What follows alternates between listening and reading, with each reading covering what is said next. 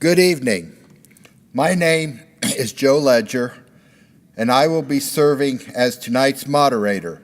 On behalf of the Jefferson County Farm Bureau, I would like to thank everyone for tuning in tonight via Facebook or YouTube, and remind you that you can submit questions for the candidates by email to jefferson.county@ifbf.org. Judging by the number of questions already submitted by voters, this is a race with a lot of interest, and we will try to get as many of the questions answered in our 1-hour format. Before we begin, I would like to go over the process for tonight's program. Each candidate will be given 3 minutes for an opening statement. Following the introductions, each candidate will have the opportunity to answer questions that have been submitted by voters to jefferson.county@ifbf.org. Response limited to 2 minutes. We will rotate who answers each question first. Candidates' responses should be directed to the voters and not to the other candidate. After questions have been asked, each candidate will be given 2 minutes to prepare closing remarks. Candidates will then be given 3 minutes for their closing statements. With that, we will begin tonight's candidate with Tracy Vance.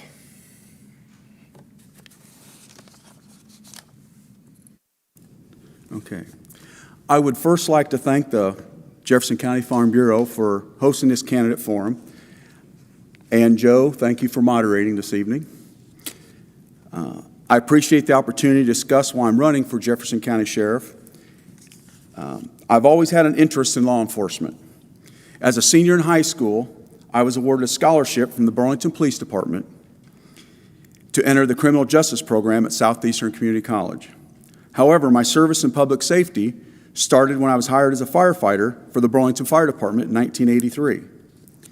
It was during that time I was certified as an emergency medical technician, a certification I still hold. During this time, I also attended college on a part-time basis, earning my associate degree from Southeastern Community College and my bachelor's degree from Western Illinois University. In 1990, I was elected to the Fort Madison School Board. Then in 1993, I was appointed to the Lee County Board of Supervisors, where I served 10 years. After serving as a county supervisor, several community members asked if I would be interested in taking the position of executive director of the Fort Madison Chamber of Commerce. Then in 2011, I came to Fairfield as the executive director of the Fairfield Chamber of Commerce and the Fairfield Economic Development Association. In 2012, I joined the Jefferson County Sheriff's Reserve. And in 2013, I was hired as a full-time deputy sheriff. I believe my broad 30 years of experience in public safety, law enforcement, county government, and community relations make me the best person to lead the Jefferson County Sheriff's Office. Over the last few months, I have traveled the county listening to citizens and discussing my ideas for improving the Sheriff's Office. This has confirmed to me that it is time for a change. I also believe that this race for sheriff is about character and judgment. I have in my hand a statement signed under penalty of perjury that describes an incident that illustrates why I believe I'm the best person to lead the sheriff's office. I recently learned of this, and it is so egregious, I believe the public needs to be made aware of it. It describes an incident that occurred on Thanksgiving Day in 2009, where Bart Richmond was on duty, was at his in-laws' house for Thanksgiving dinner. He received a call to put down a deer that had been hit by a car.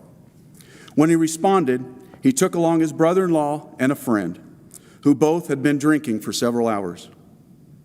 They took open containers of beer with them in Bart's patrol vehicle and continued to drink. Once they arrived to put down the deer, Bart asked his brother-in-law if he wanted to kill the deer because he said he didn't like to kill animals. He retrieved his service AR-15 from the trunk, loaded it, and handed it to his brother-in-law to shoot the deer. His brother-in-law shot the deer. Bart's brother-in-law, Jess Rauscher, is the one who provided me this statement, and he's here in the audience tonight. I believe this incident shows an incredible lack of judgment on the part of my opponent, and he is not the clear choice to be our next sheriff. Thank you.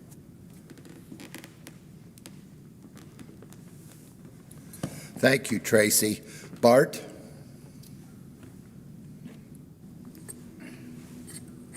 Good evening, everyone.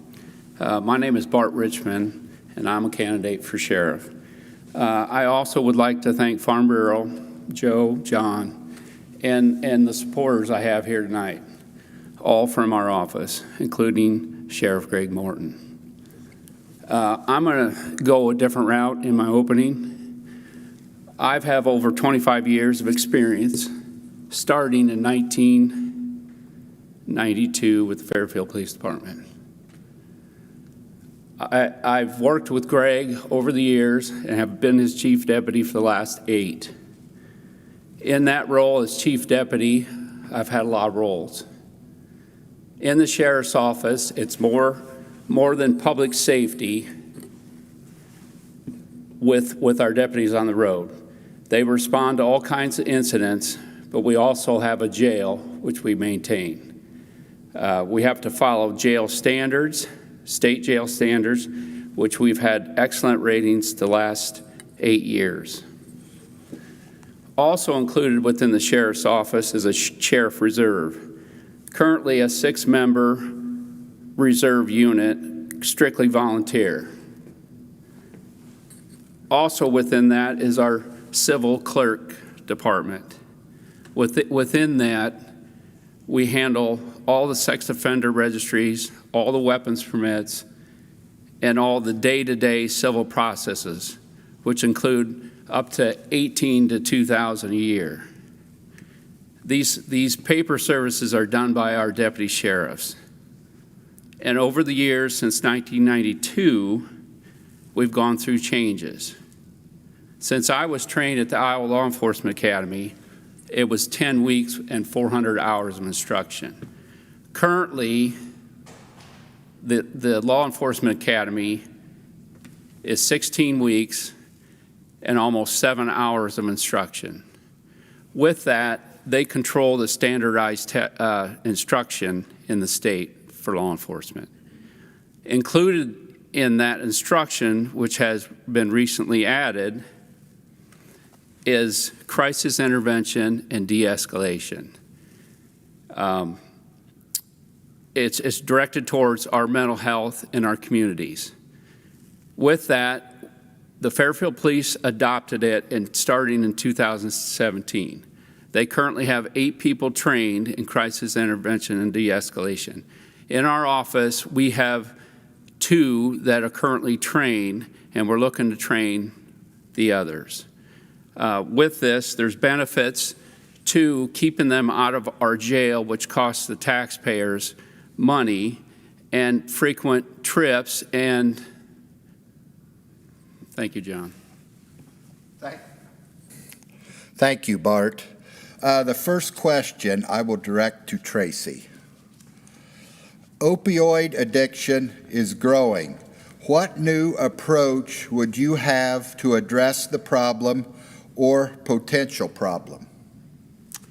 Okay, thank you, Joe. Well, I believe that one of the things we need to do in the sheriff's office is we need to have first one deputy that's assigned and dedicated towards dealing with the drug activity in our county. We currently don't have anybody assigned specifically to do that. We used to belong to the drug task force. We no longer belong to the drug task force. So what I would like to do is hire an additional deputy for the sheriff's office that would be specifically assigned to dealing with the drug activity, the opioid crisis, the meth and heroin problem in our county. Additionally, I want to work with the county attorney, the social service agencies, and the court system to find alternative means for those that find themselves addicted to these destructive drugs.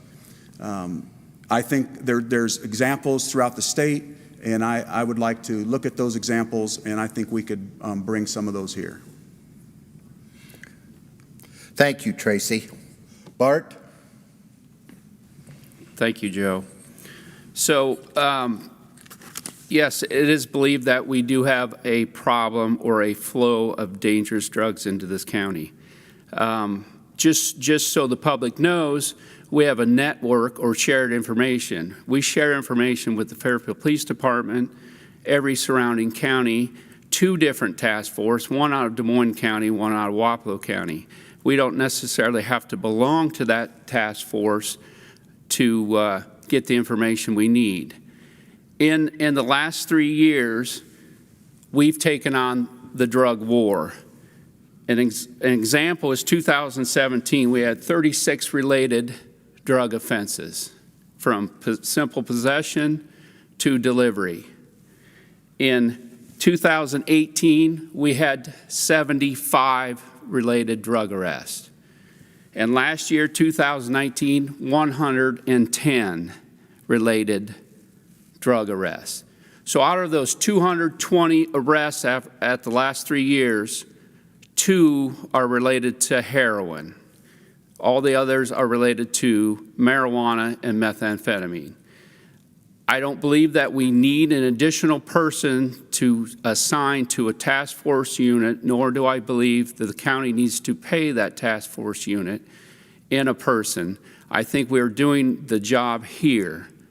Overall, in the last 3 years, all the other crimes have dropped but our drug arrests.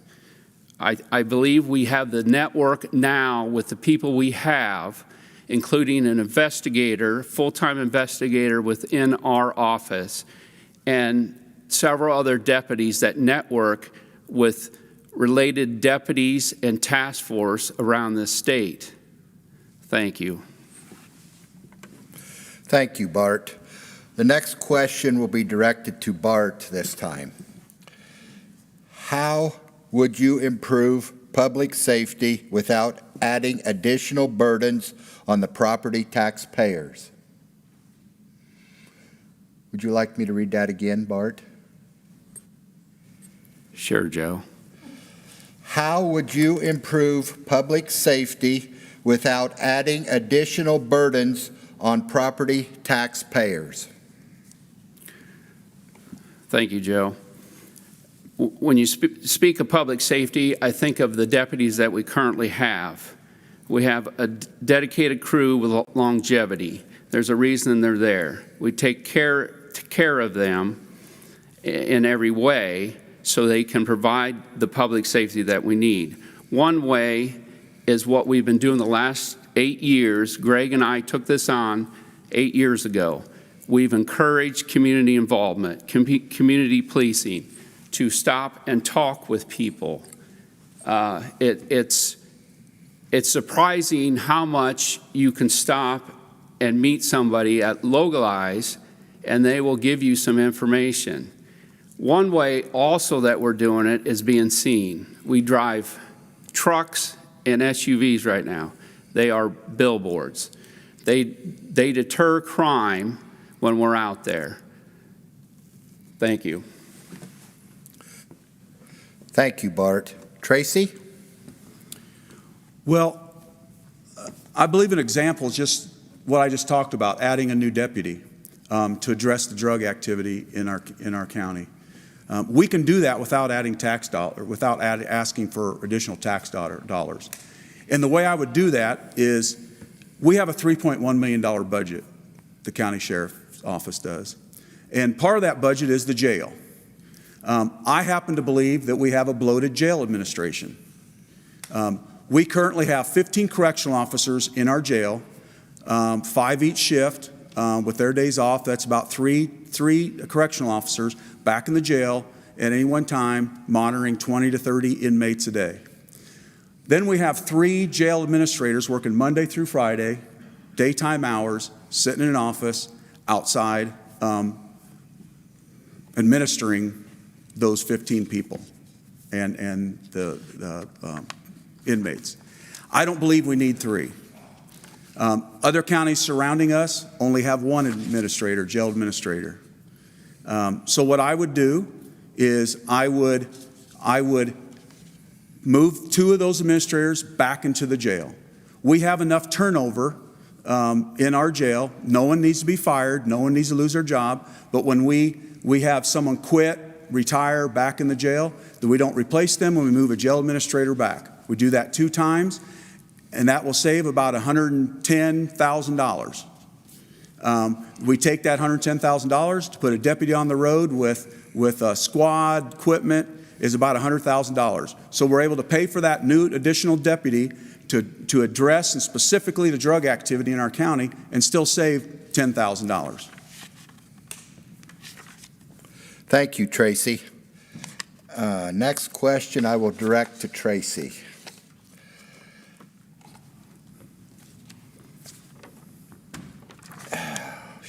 Iowa is a stand your ground state. Would you, as sheriff, support our right to stand our ground? I will abide by the state law of Iowa concerning the stand your ground.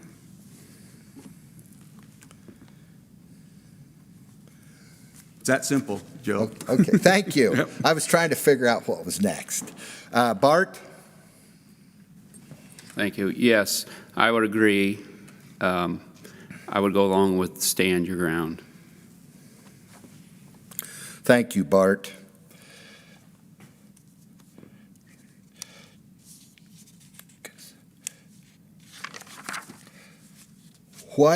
This one I will direct to Bart. What do you believe should be the sheriff department's spending priority?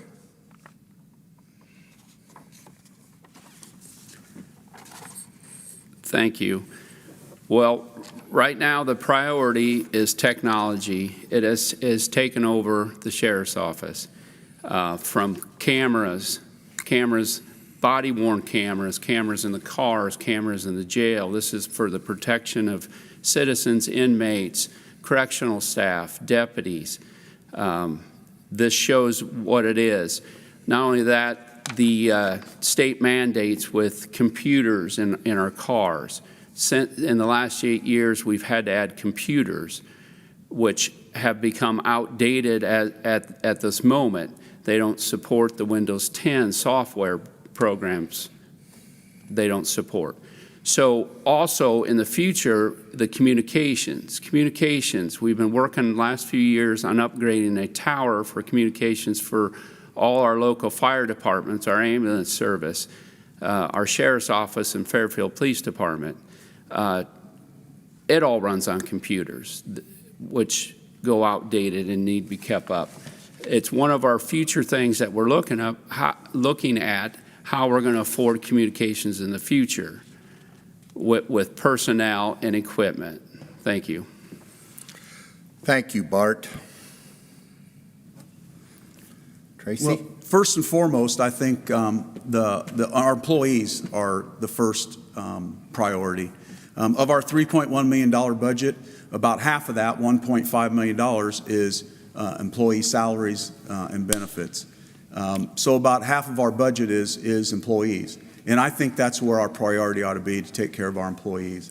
I would agree with Bart that after that technology is important for our safety and our efficiency of the office. Thank you, Tracy.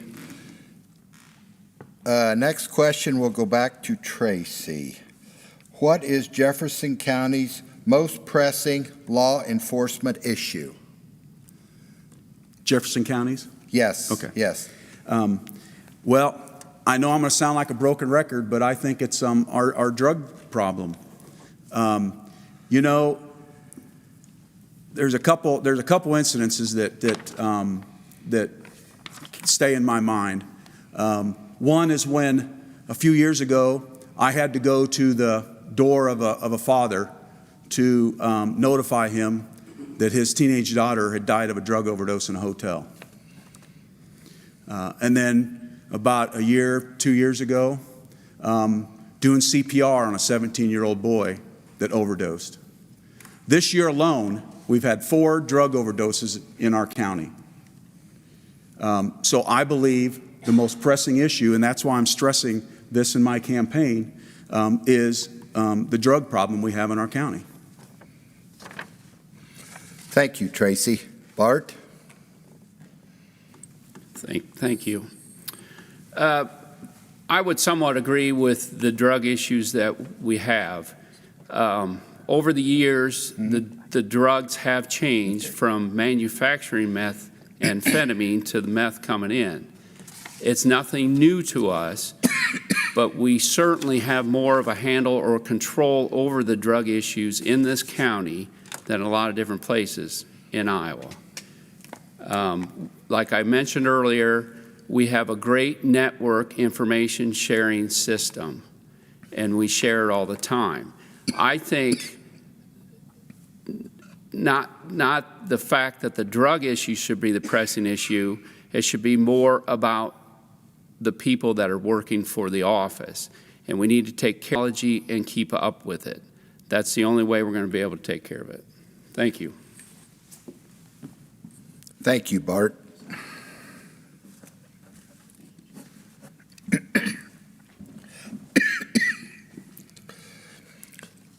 This one I will direct to Bart. What is your position on restraint tactics such as chokeholds, spit hoods, and tasers, and how would you best handle an escalating situation? Great question, Joe. So I don't necessarily believe in the chokehold. Obviously, there's times when we have deputies out on the road. They're the only ones out there. Backup might be 10, 15 minutes away, and it might come from a Fairfield police officer. So obviously, we've used spit hoods in the jail, and most of us carry a taser. We're all trained in those areas to use those devices. And if required, we'll use a less lethal way of subduing a person we're going to arrest. Thanks. Thank you, Bart. Tracy? Well, first, our policy, our Sheriff's Office policy prohibits us from using chokeholds. That's right in our policy and procedures. But concerning de-escalation, I think that's one thing that we need more training on. We get training on de-escalation at the academy, and then we don't get much afterwards. And I've talked about during this campaign about that I believe we need to have a formal training program. And de-escalation is one of those things that I believe we need to concentrate on. We all have, less than lethal tools on our belt. This taser, ASP, pepper spray. We have all those things. But I think we need to understand as law enforcement and be trained on an ongoing basis on when we should use those tools and what's the appropriate time we should use those tools. Thank you, Tracy. This time I will direct the question to Tracy again.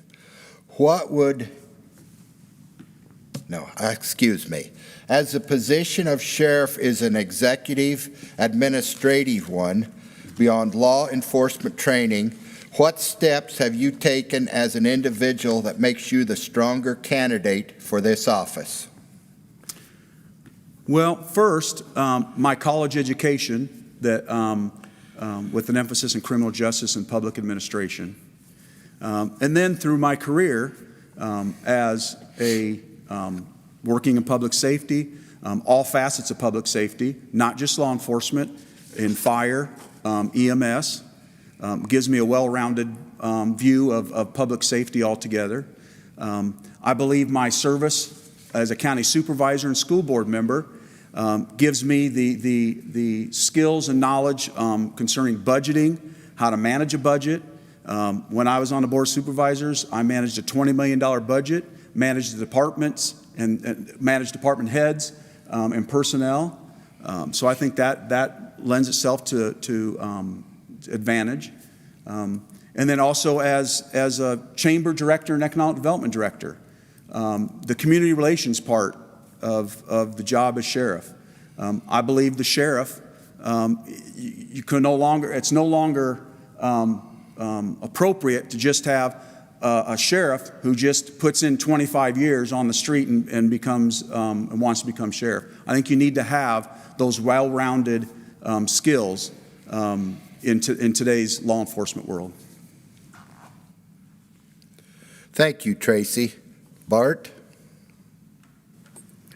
Thank you, Joe. I totally disagree. I've known law enforcement for over 25 years. The last 8 right next to Greg as chief deputy. I've seen the budget, worked the budget. I know the jail has jail standards. I know what it takes in the civil office with weapons permits, background checks, sex offender registry. I think it takes someone that's been around, that knows the job and knows the people in the county. Thank you. Thank you, Bart. This time I will direct it to Bart. There is a cry being made to defund the police. Should this be implemented in Jefferson County? If so, how? Don't laugh, I'm only reading questions that came in. No, absolutely not. I believe it would be total chaos if it happened. And I understand that this race for sheriff itself has become almost a national stage for debate. So no, I totally disagree with defund any part of our job. Thank you. Thank you, Bart. Tracy? Well, I would say that from, I think, a couple questions before when I talked about that I wanted to add a deputy, I don't think that sounds like I want to defund the police. So I'm not, that's not where I'm at. Thank you. I'm getting to a lot of repeat questions here. What do you believe is the #1 challenge facing the sheriff's office today, and how would you address it?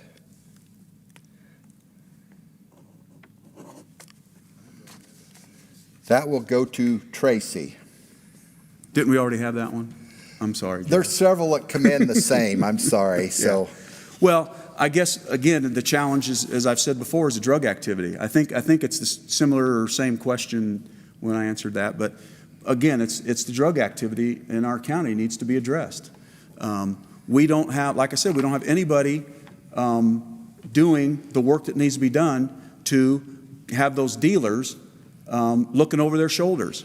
I mean, it's fine to say we had 200 arrests over 3 years or whatever, but you know, arresting someone for simple possession of marijuana isn't doing anything to fight the drug war, to address the issue in our county of drugs being brought into our county, those destructive drugs, the meth, the heroin, the opioid issue. Nothing's being done, you know, so, you know, I think, again, that's an issue that is a challenge for our county.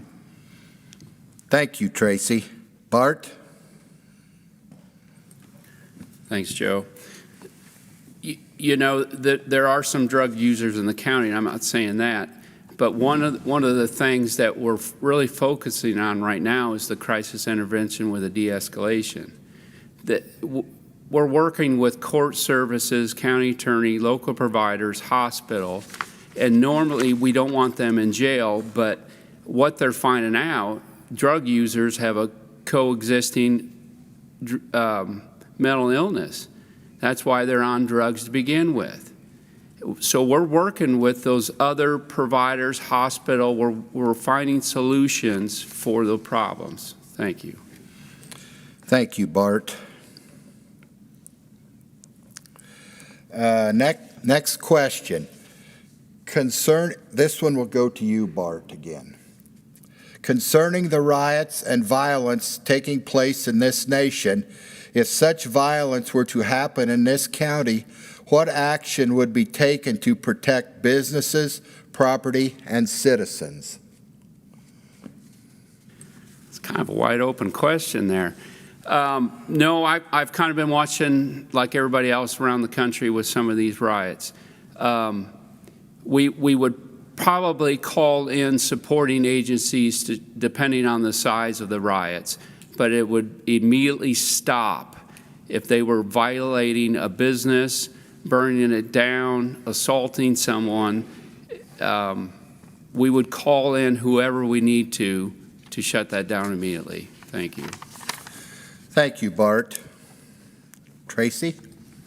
Yeah, of course, depending on the size of the incident going on, to be honest with you, we're probably not going to have enough people on duty at that time to take care of it. We're going to have to call in support from other agents, outside agencies. In the meantime, you have to control the situation as much as you can. But I can tell you that my philosophy is that looting is not protesting, starting fires is not protesting, breaking windows is not protesting, and if someone's breaking a law and committing a crime, they will be punished to the fullest extent of the law, so that the peaceful protesters can do what they want to do. Thank you, Tracy.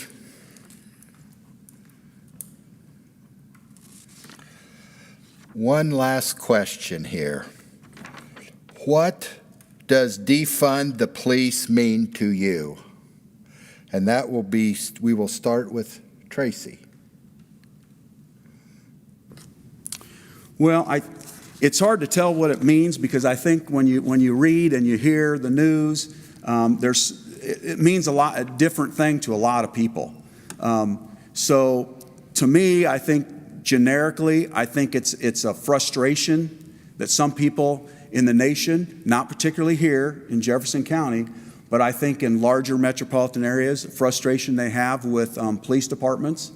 And so I think it's just an outward cry that there needs to be change in the way they do policing in those larger metropolitan areas.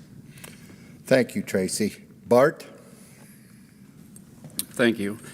Yeah, I've seen some areas around the country where they're wanting to cut budget and defund police. I don't necessarily agree with it. There is a change in law enforcement. I think I had a little bit of that in my opening statement. Training has evolved into a lot more, and I'll go back to crisis intervention. We need to stick with that and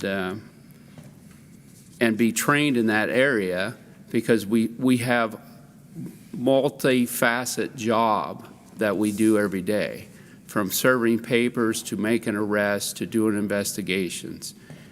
Thank you.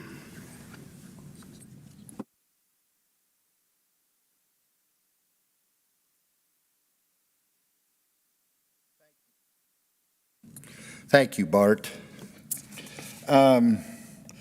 Now we're going to move to the closing statements, and you guys each have 2 minutes to prepare, and then we will come back to you for the closing statements.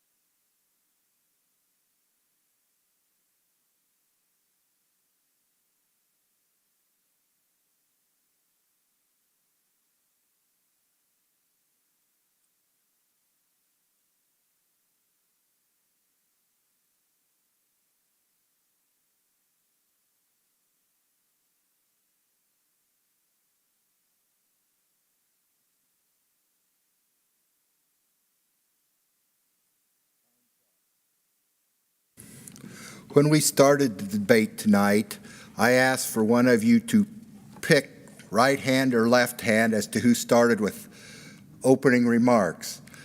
Tracy responded, and he chose one hand. Now I'm going to ask Bart to choose either left or right, and that will determine who starts with the closing remarks.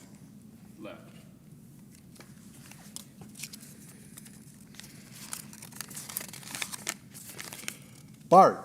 Bart starts. Thank you, Joe. I just want to make sure I thank everybody again, Farm Bureau, Joe, John, my support up here, all from the office. So, lot was said tonight, a lot goes on in our office. I've got the experience. I've worked with Greg the last 8 years under his direction. Have a lot of support from a lot of different emergency services, including the Fairfield Police Department and Fire Department. We find ourselves working with other agencies constantly, whether it's on an investigation, a drug issue. We have the people currently working with longevity and dedication, and we want to keep that intact for the welfare of Jefferson County. Our main concern is the safety and security. Thank you. Thank you, Bart. Tracy? Well, as you can see, there are some differences between Bart and I. One of the issues facing our country today in law enforcement is if you see something, speak up and say something. And that's why I brought up earlier the incident that occurred that I believe is almost disqualifying for someone to become sheriff. And I felt it needed to be said. But with that, this campaign really needs to be about what my future and my vision for the sheriff's office is. It's about a formal training program so that we can perform our duties in a manner that the citizens expect.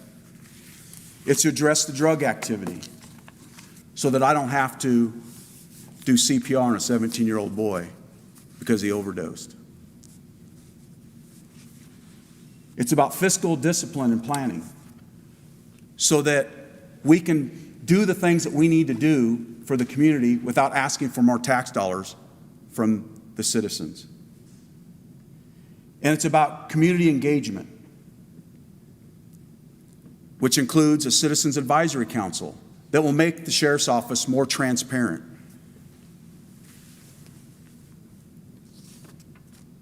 So this election is about the status quo versus change. If you want business as usual, then Bart's your guy. If you want change that will make the sheriff's office serve you better and a sheriff who will serve you with honesty and integrity, then I would appreciate your vote. Joe, and to the entire Farm Bureau Board of Directors, I appreciate you hosting this forum this evening. Thank you. Thank you, Tracy. This concludes tonight's forum. I'd like to thank our candidates again for participating and for all those watching online. We appreciate your understanding. Remember to join us again this Thursday evening for our supervisor forum at 7 p.m. It will also be an online event. We encourage you to send questions for the supervisors to jefferson.county@ifbf.org. Good night, and thank you for attending.